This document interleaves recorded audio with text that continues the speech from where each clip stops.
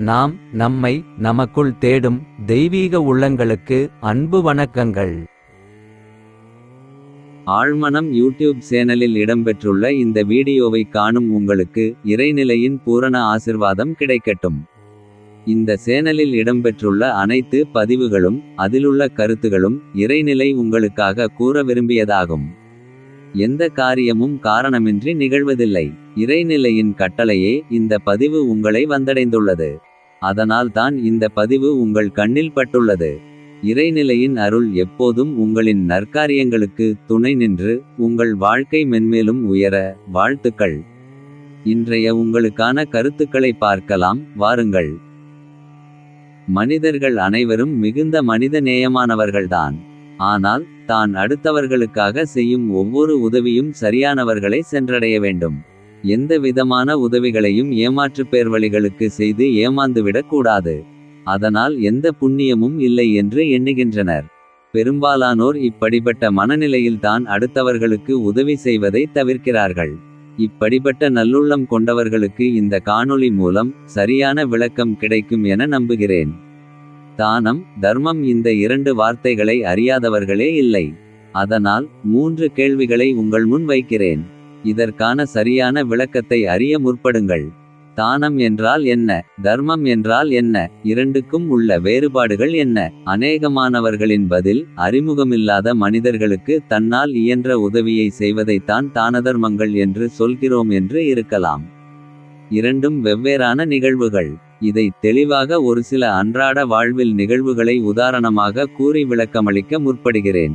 ஒரு ஊரில் ஒருவர் தன் மனைவி, தன் மகள் மற்றும் மகன் என 2 குழந்தைகளுடன் ஒரு நடுத்தர வாழ்க்கை வசதிகளுடன் அமைதியாகவும் மகிழ்ச்சியாகவும் வாழ்ந்து வந்தார்.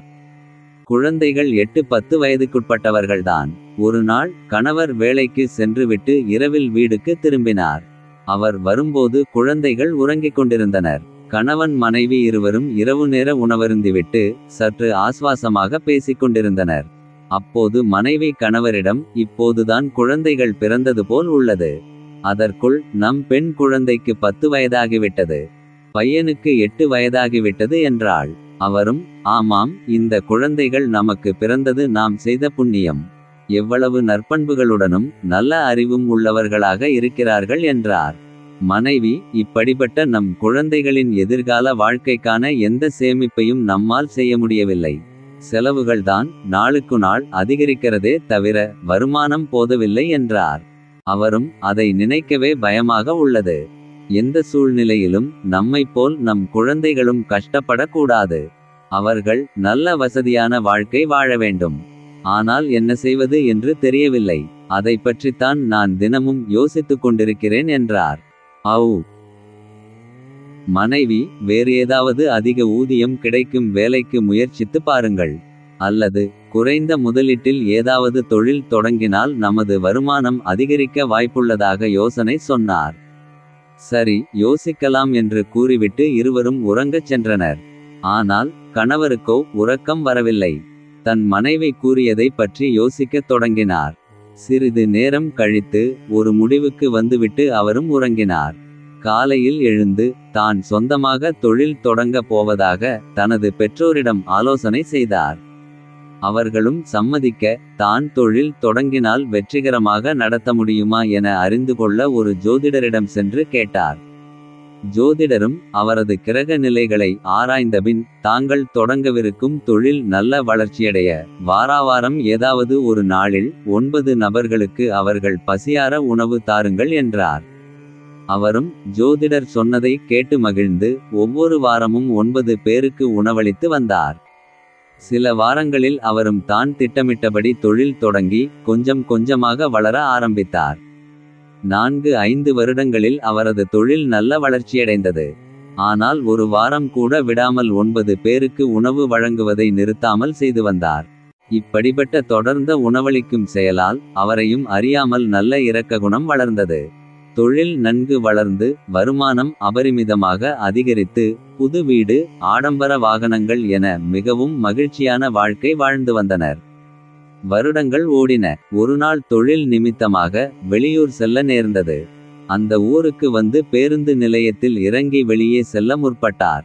அப்போது ஒரு இளம்பெண் பச்சிளம் குழந்தையை தன் தோளில் போட்டுக்கொண்டு இவரிடம் வந்து குழந்தைக்கு பால் வாங்க பண உதவி செய்யுங்கள் என்று கூறியபடி பிச்சை எடுப்பது போல் செய்கை செய்தாள். இவர் ஒரு வினாடி அவளை பார்த்துவிட்டு கடந்து செல்ல முயன்றார். ஆனால் தான் தவறு செய்வதாக தோன்றவே தனது சட்டைப்பைக்குள் கையை விட்டு கையில் அகப்படும் பணத்தை வெளியே எடுத்தார். அது ஒரு 100 ரூபாய் நோட்டு.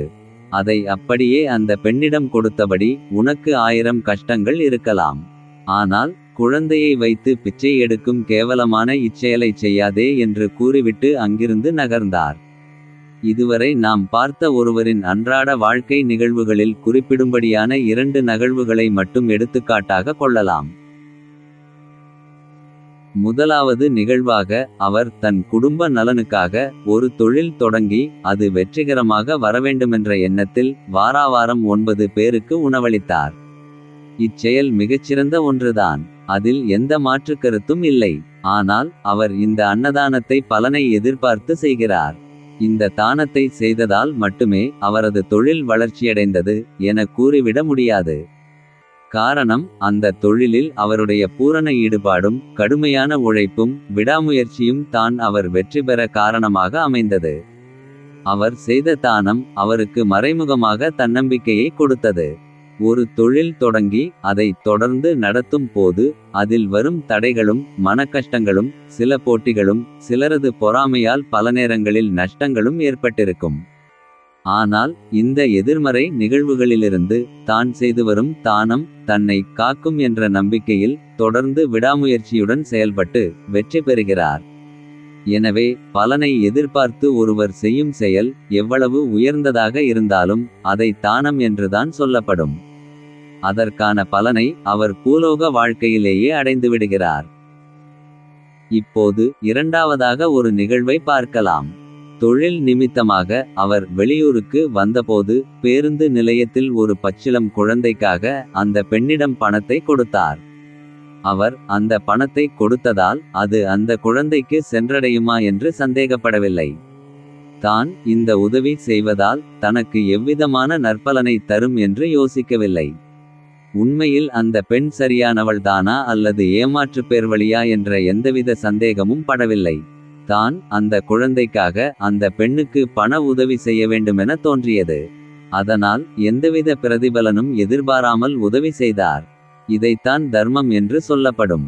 இதற்கான பலன் இறப்பிற்கு பின் ஒருவரின் நற்செயலாக ஏற்றுக்கொள்ளப்பட்டு அதற்கான நட்பலன் கிடைக்கும். அதனால் அனைவரும் தன்னால் இயன்ற தானம் தர்மங்களை செய்ய வேண்டுமென உங்களை வேண்டிக் கொள்கிறேன். நன்றி. நன்றி.